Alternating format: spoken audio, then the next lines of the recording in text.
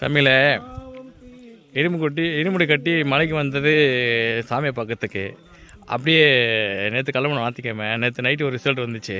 அந்த ரிசல்ட்டை கட்டினா இப்போ பெரிய பாதையில் நடக்கலான்னு ஒரு வேண்டுதல்.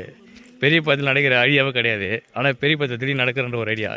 ஏன்னா நம்ம பிக் பாஸ்லேருந்து அந்த கடல் ஓடினான் ஒன்று சுற்றி இருந்துச்சே, வாயில் குசு விட்டுங்கண்ணே, அது வெளியே போயிடுச்சான்.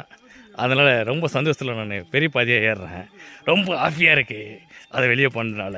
அது வெளியே போகிறதால ரொம்ப ஹாப்பியாக இருக்குது. அதெல்லாம் போயின்னு இருக்கேன்.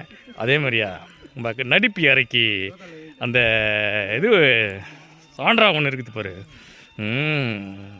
அவளெல்லாம் முதல்ல வெளியே அனுப்பணும். செத்துருந்தா கூட நிம்மதியாக தான் இருந்திருக்கும். சாவலை நாய், அதனால் ஒரு பொண்ணு லைஃபே போயிடுச்சு. இந்த நாயும் ஒரு பொண்ணு தான், ஆனால் அது யோசிக்கலை.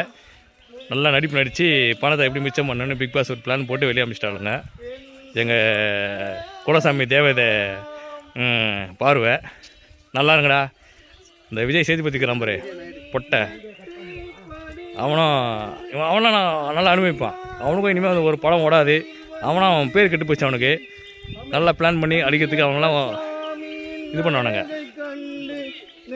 பாரு வாழுக, என் பாரு வாழுக, சான்றா சாவுக.